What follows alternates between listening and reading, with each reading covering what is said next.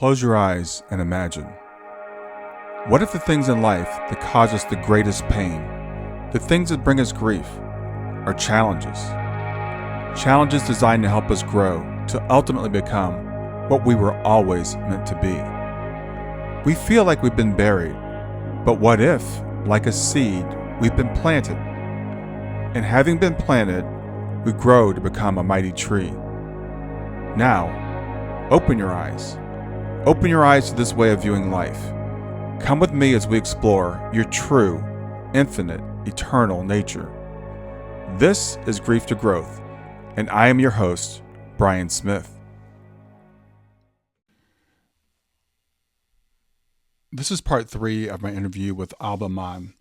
And as you found out if you listened to parts 1 and 2, and if you haven't, I suggest you do, Alba had an incredible experience, a shared death experience with her daughter Aurelia, who taught her a lot about life in a very short amount of time. So in this part, what we tried to do is go back and fill in some of the things that you might have had questions from on the first 2 parts, and also to explain a little bit more about the dreams that Alba had. And I got to ask her some more detailed questions as we got into this third part. So I hope you enjoy. Okay.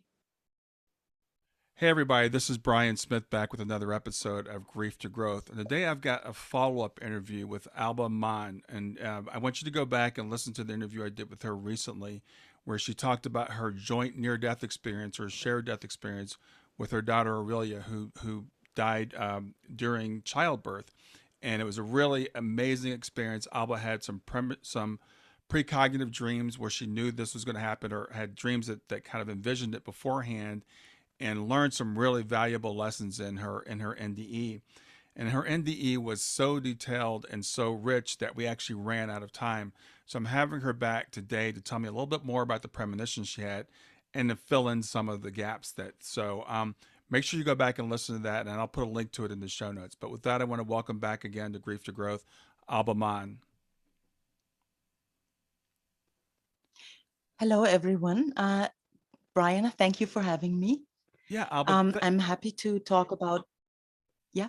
Yeah, thanks for being back. And as I was saying in the intro, your experience was so rich, and I was so enwrapped and so fascinated listening to it. I didn't get a chance to ask you many questions, but you wanted to fill in some gaps about some of the precognitive dreams you had, or some of the premonitions you had, and then I want to ask you some more questions just to fill in some of the gaps.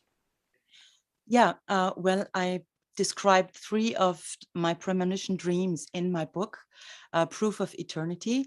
But actually, it started at around the age of 12 years when I was swimming with a friend during summertime, and she and I were talking about what ideas we had for our future. And she mentioned that she would like to have children when she was old enough to have them.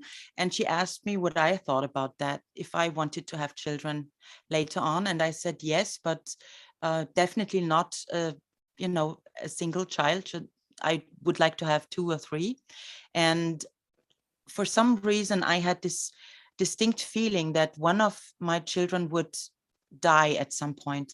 And it was such a strange thought and such a weird feeling of being absolutely sure about that was going to happen in my life at some point in the future, that um, at the age of 12, I just decided I must find a solution for this problem. And my first solution was, well, I would try to uh, get around that. And I had this idea, well, I wouldn't have any children, so I wouldn't have to, get in trouble with this whole topic, and I would just put it aside and live my life without any of those problems. Mm-hmm. And the second thought that I had was, well, if I decided to have children, then I would definitely not have just one, because with this strange feeling that one of my children would be dying while I was still alive, I didn't want to run this risk of just having a horrible experience with just one child. So I decided that would be kind of a, emergency situation. I would just try to make sure it wouldn't be that bad. But I forgot about it pretty soon. I didn't think about it that much. And it was just a very strange, feeling. and I actually wasn't interested in that at all. When I was 17, I did a lot of paintings, and one of the paintings I decided I want to make a painting about my life, like about my future life. Mhm. And I didn't plan anything about it. I just put some uh, colors together, and out of nothing, I painted different people standing at one side of this picture, and it was sure that they had distinct features. So I had this feeling that they were real people, but I had no idea who it was. And there were two of them at one side, and then there was a little gap, and then there were the ones on the other side, and I had no idea why there was a gap between them. But I found this painting after my daughter had died, and it was a real shock to me to find it, because I could see the personal features of all of my children that were alive. At that time, I saw that, just I could recognize all of my children on this picture.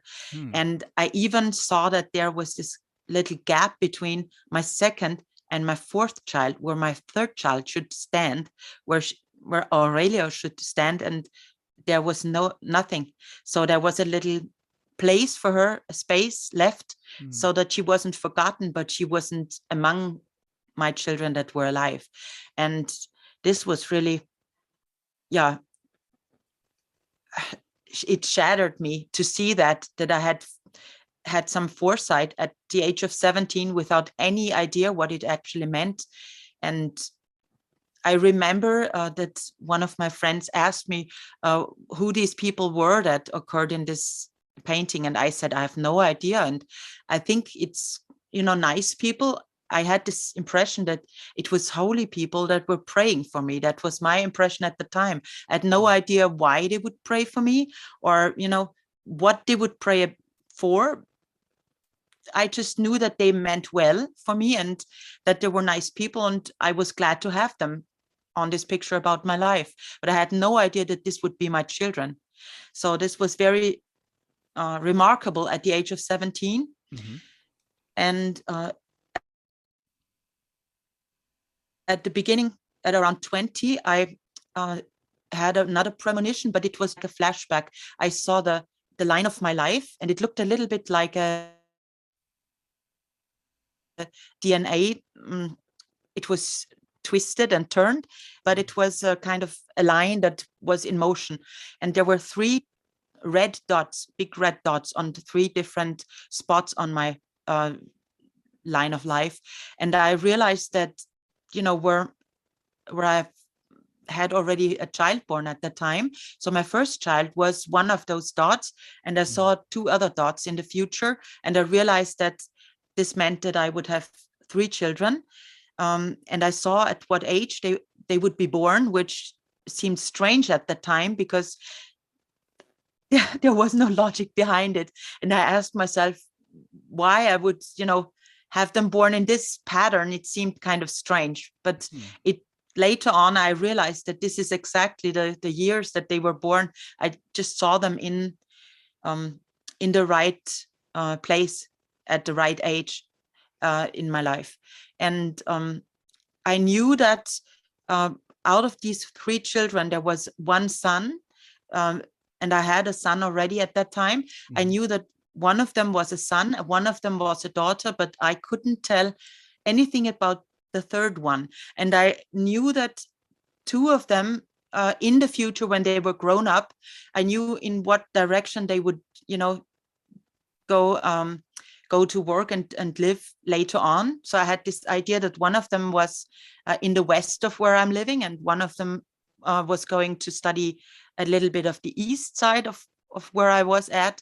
But about the third child, I couldn't tell anything. And I was trying to grasp, where is this child? Where is it going to live at that time, when the others are already out of our household and already grown up and studying somewhere else. And I couldn't even tell if it was a boy or a girl. I didn't know anything about this third child.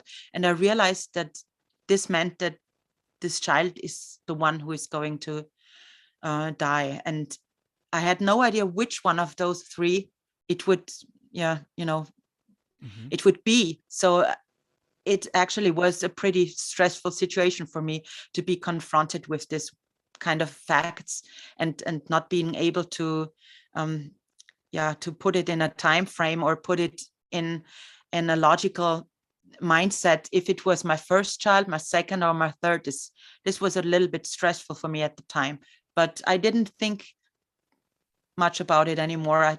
I had a lot to do at that time. Mm-hmm. I was still studying, so there was a lot on my mind, and I didn't really think about it for a long time. I just forgot about it. And the year after that, or maybe the second year after that, about 8 years before Aurelia would be born and dead, I had this very strange dream that shook me to my core. I I remember I woke up in the morning and I had this idea that this was such an outstanding dream of such importance that I have to make sure that I don't forget any little detail about it. And so I went downstairs and I wrote it down on a piece of paper, and actually was several pieces of paper because it was a long dream. Mm-hmm. But I realized that it had a meaning for the future, for my life, but I couldn't understand anything because I couldn't relate it to my life at that point. But I knew it would be very important in the future, and I would want to get back to it. And this dream was when I found it already after Aurelia had been born. When I found it, this was um, the most revealing thing that ever happened to me, except for my near-death experience. Mm-hmm. Because looking back from that point in my future, I understood every little detail that was in this dream. It showed me the emergency operation. It showed me the grief. It showed me the recovery from the grief. The physical recovery from the grief, the emotional recovery from the grief, the philosophical recovery from the grief. And it told me, for instance, it was so specific, it was mind blowing at the time. When I found it, I was, at the one hand, I was relieved because I realized that this meant that all of it was already planned in a way that was so specific that it was appalling to me at the time when I found it. And there was two angels in it. One angel was um, mentioned during my pregnancy. So before Aurelia was born, there was already an angel touching my belly, it said. And the explanation was right in the next line, saying that this angel was trying to warn me and to console me both at the same time. And when I read that, it was so emotional. Everything meant a connection to reality. And this was unbelievable to read it. And there was another angel at the end of the dream that healed me. And again, it was such a unbelievable thing to hear or read, that there was at the beginning of the dream a wound in my belly, like the cesarean section.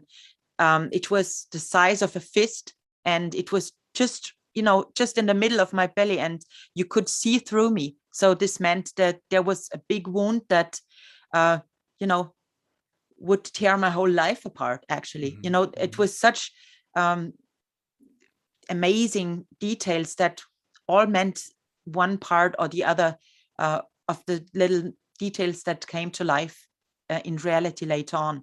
Mm-hmm. And I just found a dream, among other stuff, that I had put aside since my student years. So this was a dream that I was shocked at when I had it, but I didn't think about it for years, nearly a decade, until I found it again. And there were two other dreams that I had that were very specific about the pregnancy and the birth. And one of them was recurring. So it recurred every week. And Mm-hmm. it showed me the way that my baby would be born, that she wasn't able to live a long life, but that she was too weak to actually live on, and that she had to be cared for by other people, that she would be taken from me that I wouldn't know the people who would take her, and that I would get her back when she was not alive anymore. So that was Mm-hmm. actually also the truth. At the time when I had her for the first time, when I was embracing her for the first time, she was already dead for a week, and I had to, wait until I was released from the hospital. And Mm-hmm. that's when I saw her for the first time. And in my dream, it was a little package that had been sent to me so that I would get her back, because uh, my deepest urge was to get back together with her and find her. Mm-hmm. And I got her to my name, to my address, and she was already not alive anymore at that point, and everything was in this dream.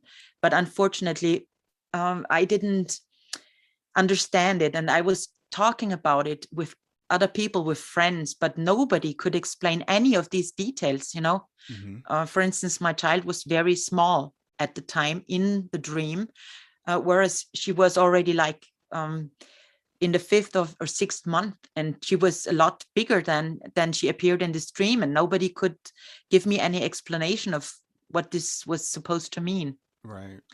And then there was a very peaceful dream that was the last dream that I had. It showed details of her funeral, and very beautiful details. One of the details was that my mom took all her flower buds in her garden and went to the grave Mm-hmm. at the day that the funeral was supposed to happen.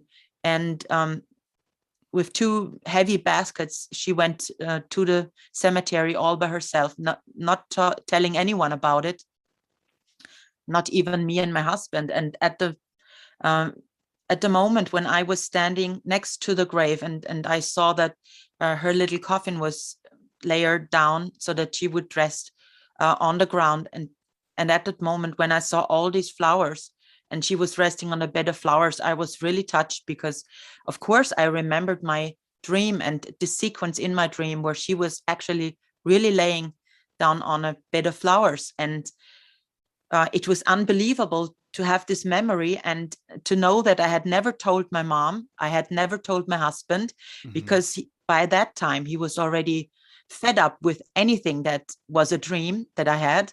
Mm-hmm. So I didn't tell him about this dream, and I didn't tell my family, because I didn't want to make anyone upset. And so it was really touching that so many of those details actually happened in reality later on. Yeah. Well, and for people that are listening, if you want more details about the three most recent dreams, Alba did mention those in our first interview. And it's incredible to me, Alba, that this kept coming back to you over and over again, as you said, from the time you were like 12 years old. So I have two Mhm. questions for you. The first is, what do you think the purpose is of these premonitions? And secondly, do you think that our lives are planned, or were these just possibilities that you were seeing? No, I don't think it was just possibilities. To me, actually, in hindsight, all these premonitions were a huge help to accept my fate, because it was a very difficult time for my whole family, and I felt blessed to have had all those premonitions that obviously seemed to prepare me for that huge loss in the future. And I think it was just something that was given to me, because obviously I have an ability to intuitively look a little bit behind the veil, or to the other side, as it Mm-hmm. also happened in my near-death experience. And um, I don't know why that is, but to me it was a huge help. And even though it was kind of not really easy to explain when all these premonitions took place. Later on, I realized that they were given me to help me and to prepare me for what was going to happen in the future. And I don't think it was only possibilities. I have been thinking about how much was already, you know, unchangeable in the future. I tried to figure out what my near death experience meant, Mm-hmm. because in my own opinion, I think my child had free will either to come back and give us some more time and try to heal this whole situation that was unbelievable for both of us, my husband and me. Nobody really understood what was going on, why our child was taken to another clinic, what really happened to her or to me. My husband had heard that we were still in life danger, but I had no idea about it. And I think this was kind of a bonus time that my daughter was um, actually given out of her own decision, out of her own free will. And I think she was able to see into the future and see those possibilities, the bad ones, if she wouldn't come back, all this crisis and conflicts that my husband and I would have to face without her help. And even me being in a situation after an emergency operation and still bleeding internally, still being in this process of dying, if she would not have come back and bought a little bit of time so that we could connect to each other, because she was obviously trying to reach out to me, because I was in a way the only person that could change anything about it, because my husband actually didn't blame me for anything, but I was blaming him. So actually I was the only person that she had to reach to change the situation, and she did. And I think that's a bonus that she gave our family, to come back and explain everything and try to change my mind. And that was not foreseen. I think this is what she actually did just out of love for us, to be honest, to help us.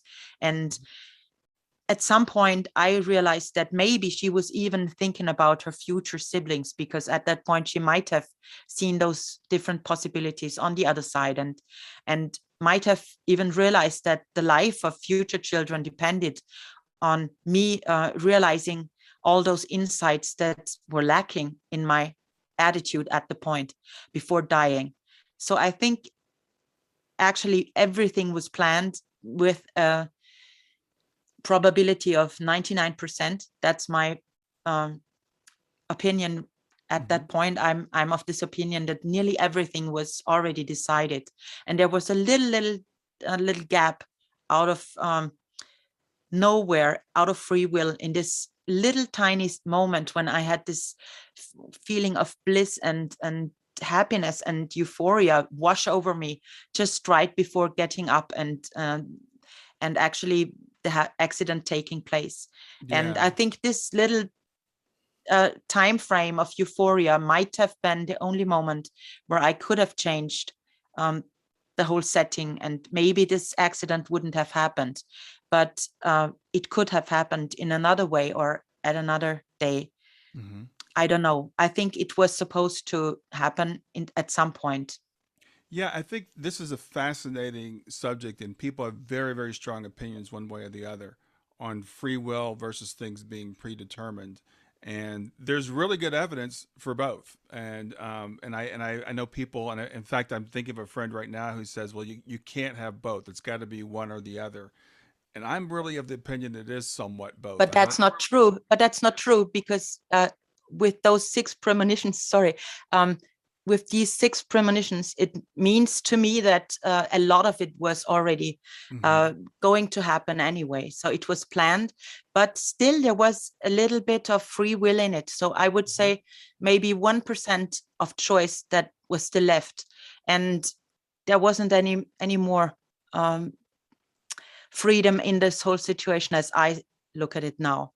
And Yeah. I think to be honest, losing a child is, I think, the the utmost complication in life that anyone could ever face. Mm-hmm. And I think it's a spiritual test of some sort. And a lot of people feel that if they believe in God, they feel like God has deserted them or disappointed them, or even, yeah, maybe put them in a bad place because of something Mm-hmm. like that. Mm-hmm. And I want to say that I think it's the other way around. I think as Dr. Kubler-Ross put it, God is a great teacher, and we are all his students. And some of us just learn how to read and write, and and some of us are going to graduate soon, Mm. and some of us are writing their master's degree at the point, and some of us are busy with their PhD. And I think there's nothing um, higher as a test that anyone could be put through than the loss of a child. And I think this is the ultimate PhD of the University of Life, if you want to put it that way. We'll get back to grief to growth in just a few seconds. Did you know that Brian is an author and a life coach? If you're grieving or know someone who is grieving, his book, Grief to Growth, is a best selling, easy to read book that might help you or someone you know. People work with Brian as a life coach to break through barriers and live their best lives. You can find out more about Brian and what he offers at www.grieftogrowth.com, www.grief2growth.com. If you'd like to support this podcast, visit www.patreon.com/grieftogrowth, www.patreon.com/grief2growth to make a financial contribution. And now, back to Grief to Growth. And I think it's the question of why does it happen. I think that it isn't just a coincidence. It's not just a um, happening for no reason, but it is actually God is trusting us with the hardest problem on earth that ever could occur, and he's giving us this I don't know how to put it. It's like it's a bonus. He believes that we can face that situation and overcome it. So it's, I think, a bonus trust from God, in everyone who is facing the situation. And I think it's a privilege.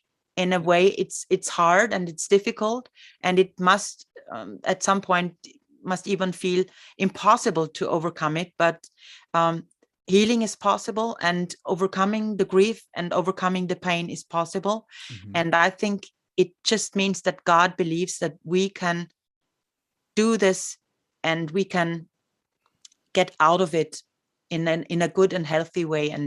And healing is important. And I hope to make a contribution with my book to people who are grieving for a loved one. It doesn't have to be a child, but just grieving for someone that you have lost, and try to grasp what this means for the future in your life. And I hope to make a big difference in people's lives with my book. Yeah, I think you will. I think you definitely will. And it's as I was listening to you talk, I was thinking about a mother that I met with just a few days ago, and as parents, and my daughter passed away when she was 15. 6 years ago. The first question we always ask is, why me? Why did this happen to me?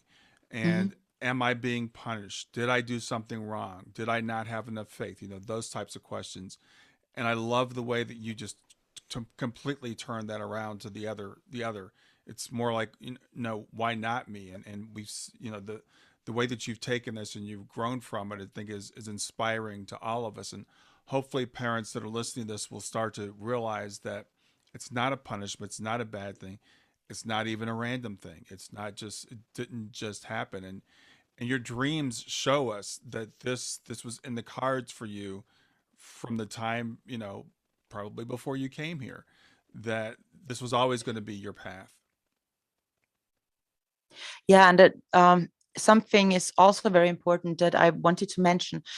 Exactly this friend of mine that used to talk with me at the age of 12 years old, she was pregnant at the same time with her first child when I was pregnant with my third child, Aurelia. So Mm. we even had the due date in the same week. And this was shocking to me that to realize that if she had been in my place, she would have died. Because when I came to the hospital after having some tests done, the midwife told me to go back home because my child would be fine, and there was nothing to worry about. And only because I had already some experience as a mother, and it was my third child, I knew instantly that nothing was as it was supposed to be. And there was no way I was leaving this room. And I told her, I'm not going to leave this room unless I have seen how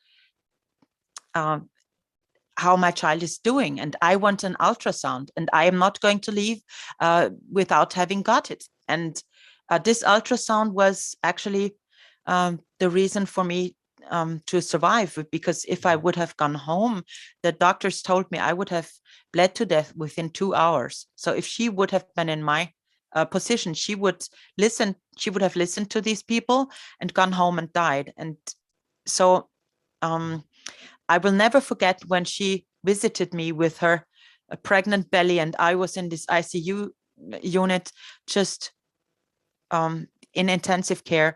And she came to see me, and it was such a relief to see that she was trusting my feelings as a friend enough to come and see me, because other friends told me, on the phone, how can she even show up if you have just lost your own child, and she has her child still alive and kicking in her belly. I said, why shouldn't she come to visit me? Because I was happy to see her and connect to her. And we'd even talked about it, that she was happy that in a way that she could still see me and talk to me, because she of course knew that I could have died instead of getting rescued in time. Right. And so there's a big bit of controversy about this topic, and about what friends should do or not do. And in my book, I gave a lot of examples what was helpful from my friends, and also some examples of things that didn't help at all. And what I found is that anyone who visited me and told me what this loss should mean to me, uh, every single sentence about any religious or philosophical interpretation of the loss of my child, it hurt me as if someone would stir with a knife in an open wound. And at the point then, I just had this feeling that this was too much for me. If somebody would want to define what my fate should mean to myself, it felt like overbearing. And later on, I found that the problem that I had with it was actually just because people were trying to to interpret my own relation to God or to the future of my life with their own mindset. And this was just something that I couldn't accept at the moment when it happened, and also not later on. I understood that they meant well, but I wanted to be, as there's a saying, to be the captain of your fate. I just didn't want to have anyone meddle with what anything in my life should mean to me, and I definitely didn't want for them to try to decide things for me. Yeah, I can definitely understand that. And one of the things I wanted to do, we talked before I started recording there. I wanted to fill in a little bit, and I know there's some very very personal details, so you tell as much or as little as you want. But when we talked earlier, it wasn't clear what type of accident you had that led to Aurelia, being delivered early. So as much as you want, can you fill in what the accident was? And I think it's important as to where you are today in your life. So just go ahead and fill that in, please. The accident happened at home. When I went to bed, it was pretty late, and my husband and my little toddler, my other daughter, was already asleep, and he had forgotten to change her diaper. So I was trying to get him to, change her and just do his duty, and he was too tired to do it. So I actually just stepped in, and I decided to get up and not just leave her like that. And when I was in the bathroom and had changed her diaper, I just slipped and fell onto the side of the bathtub with my belly and with my whole body. And unfortunately, the placenta was up front on the belly outside. So if the placenta would have been at the backside of my uterus, nothing much would have happened. That's what the doctors told me later on. It was just a combination of very unfortunate circumstances. And I blacked out immediately as I had hit the bathtub, and I fell down and I was unconscious for some moments. But as soon as I could, I tried to force myself to open my eyes, because I heard my toddler cry, and I wanted to make sure nothing had happened to her. But I wasn't even able to get up. I had so much pain. I wasn't even able to sit up. So I had to, reach out my hand and try to touch her to calm her down. And I was talking to her, and my husband came in and trying to find out what had happened, because I had been screaming at the moment when I fell. And he took our daughter outside, but he didn't know how to get her dressed. I had told him we must go to the hospital and I need an ultrasound at once. But unfortunately, we have 4 doctors in my family. So I meant to say, our child is in life danger. We have to get to the hospital right now.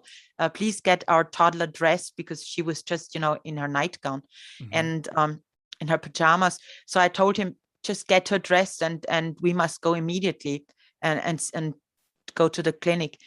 And he just heard me say, I want to go to the hospital. He didn't have any idea why. I had told him that our daughter wasn't moving, but in his opinion, that didn't mean much, because, sometimes babies in the belly just don't move. So he didn't make this connection to realize that we were in a life-threatening situation.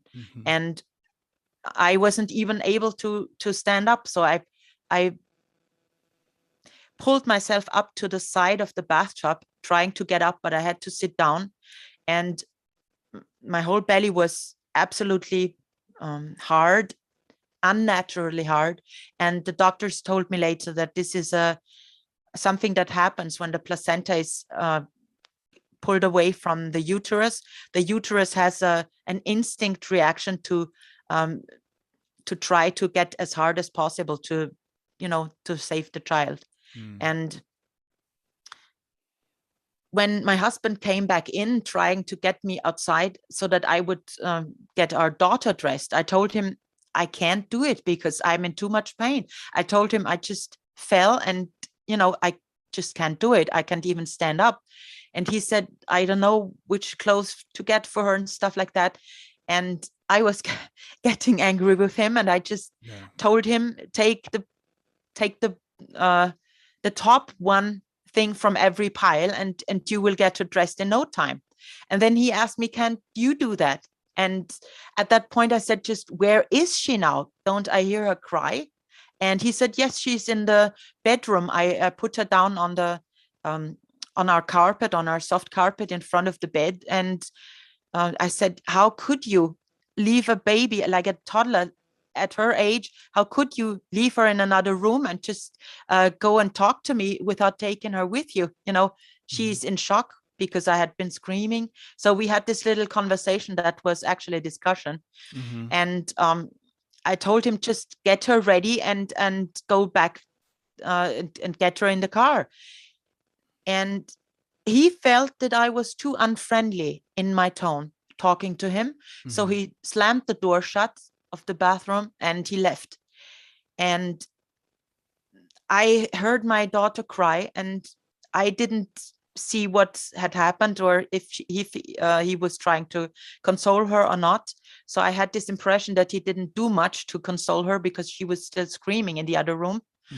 So I forced myself to get up, and with my both hands on my belly, because I was in a lot of pain, I was walking very, very slowly to the bedroom and trying to console my daughter. And on my way there, I heard that our front door was slammed shut, and I was thinking maybe he went outside to smoke a cigarette. But I was calling for him and he didn't respond. So I had to get my daughter ready. And when I was downstairs in the front of our house, I realized that our car was gone. I realized maybe he went out of the driveway. So I even walked with my daughter out of the driveway to check if he was still just around the corner. And there was no one there. Mm-hmm. And when I wanted to call him, I realized that my phone was on the second floor in the bedroom and I had forgotten to take it with me. So I had to get upstairs again, still bleeding heavily internally. And I think that's what was the reason why they couldn't stop the bleeding in the first place, because I had too much pressure on my body in this situation. And Right.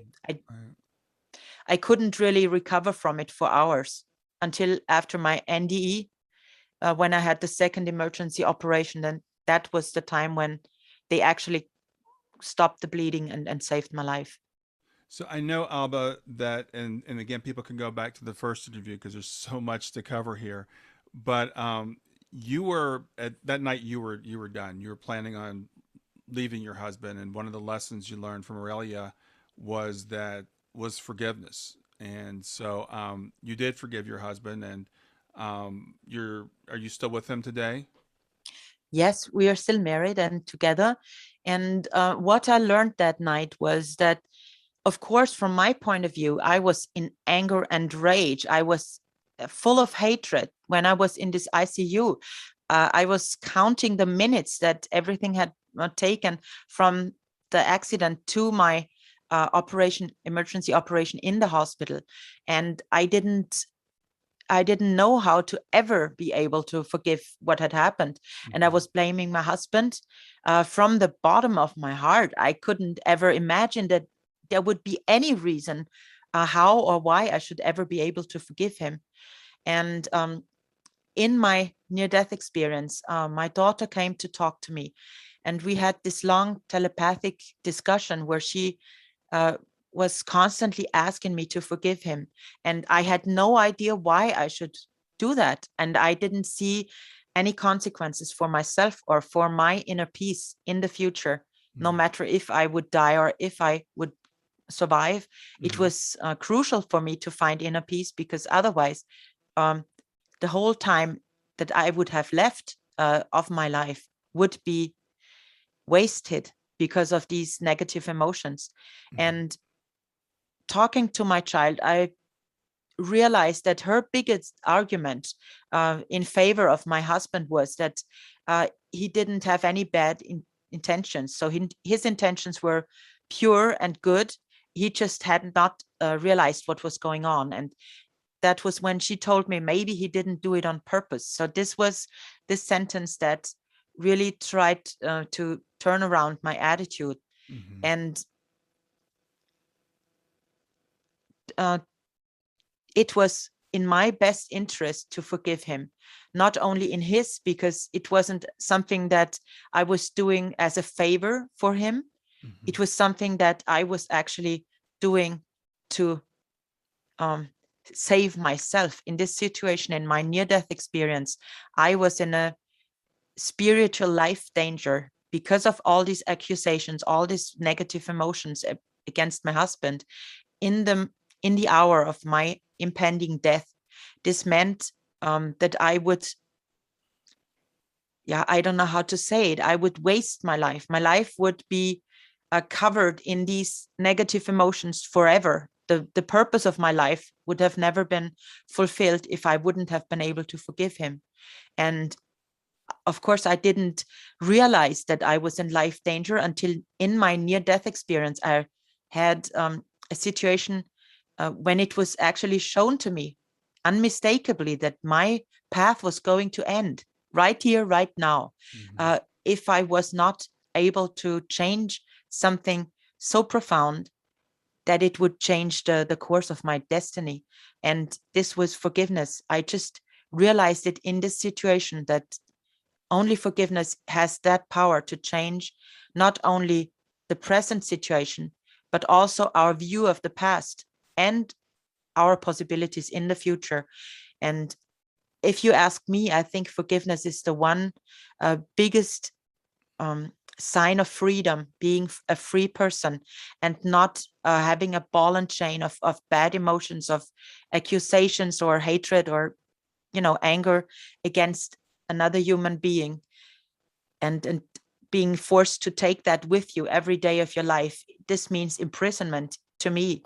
And being able to forgive means freedom, because without forgiveness, we are always bound together with the person that we can't forgive. It's like a chain. It's like a huge chain that binds us together for the rest of our lives, up until this point where one of us can forgive the other one, Mm-hmm. or hopefully both of them can forgive. But without forgiveness, we are imprisoned, spiritually imprisoned. Yeah, Alba, I think such an important lesson. And if anybody, and I think about people that have lost loved ones, and we blame the doctor, or we blame the person that sold our child drugs, or we blame the person, the drunk driver, or whatever. We blame the other person, and we hold on to that, and we think it's a righteous anger, and we think we have the right to carry that with us. um, but your near death experience shows so poignantly that we that's not it's not just not only our right, but it's holding us back. And if you could forgive your husband, and that's why I thought it was important to go into the accident and why you were so angry. If you could forgive that, then we should be able to forgive pretty much anything. Yeah, that's something that I found, looking at it later on. I said to myself, why should I not forgive small mistakes uh, of my husband, or small events that hurt me?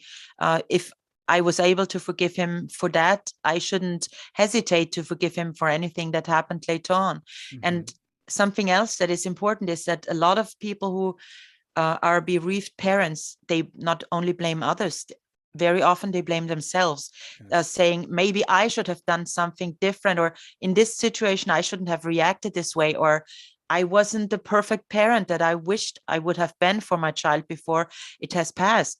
And the blessing that my near death experience was for me was actually hearing it from my dying daughter, that she told me she can forgive everything Mm-hmm. related to the circumstances of the accident, and everything that happened before that, and everything that happened later on. Mm-hmm. So I heard it from her personally, and it was such a big relief to know that she was at peace with the situation. And I think my daughter is not an exception. I think all deceased children wish for their parents to know that they have forgiven them, no matter what had happened. On the other side, they are given all explanations, all the insight that is missing here on earth, and they have understanding for us much more than we can ever imagine. And I think their biggest wish is for us to find peace with what had happened, know that they are fine, that they are well and alive in eternity, and their only wish is for us to have a good life until we meet again. And they don't doubt that we will meet again. It's for them, it's a fact. And uh, on the other hand, blaming ourselves, knowing that we could have done things differently, is okay. But blaming ourselves means actually we are repeating the hurt of the past. We are bringing it up in every single day in the present and also in the future, if we are not able to forgive ourselves as we forgive others. Mm-hmm. And hearing my daughter tell me, you are free, I didn't understand what she meant when she told me that. But later on, in a book about family and family relations, I read that sentence, and it was, you are free, and then in brackets, from guilt. And I Mm-hmm. realized that what my daughter had tried to tell me was that I am absolutely free of guilt, even though it was actually my mistake that led up to the accident, and up to the fact that she had to die because she was so severely damaged physically from how this accident happened. Mm-hmm. And I want to stress something else about forgiveness. We always think forgiveness isn't important, but thinking about the most important prayer, our Lord's Prayer, if you believe in God, then it's important to know our prayers. And in this prayer, it says, God, forgive us the way that we forgive others. And there is a spiritual law behind it. I think that God wants to forgive us everything, but if we are not willing to forgive others, it's as if his possibilities are bound to the content of our own forgiveness. I can't explain it differently than if you just have a very small cup and your cup is empty, you can't ask for a full cup from God. You have to fill your cup of forgiveness to the brim as much as you can, with the capacities that you have in life, and try to clean your heart. I can't explain it in any different way. Actually, not forgiving yourself or not forgiving somebody else is like a stain on your clothes, a stain in your back. You don't see it. It doesn't bother you, but everybody else sees it.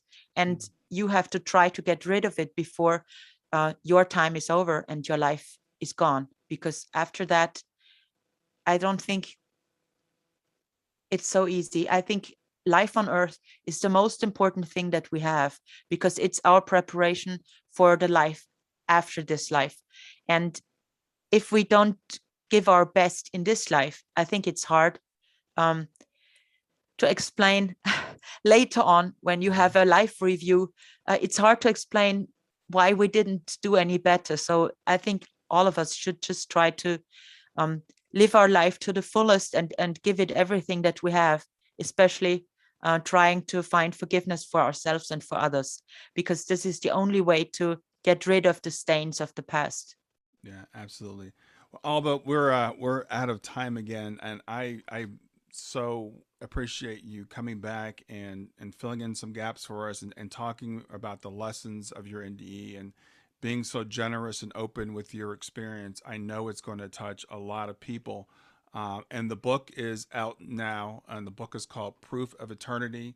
It's available on Amazon in Kindle format, and by the time this comes out, it should be out in paperback also. And the author is Alba Monn. It's ALBAMONN, and that'll be in the show notes. So, Alba, as we wrap up, any last thing you want to say to the people that are listening? Well, first of all, for all bereaved parents, our children are safe and fine. We don't have to worry about them. We just have to worry about us.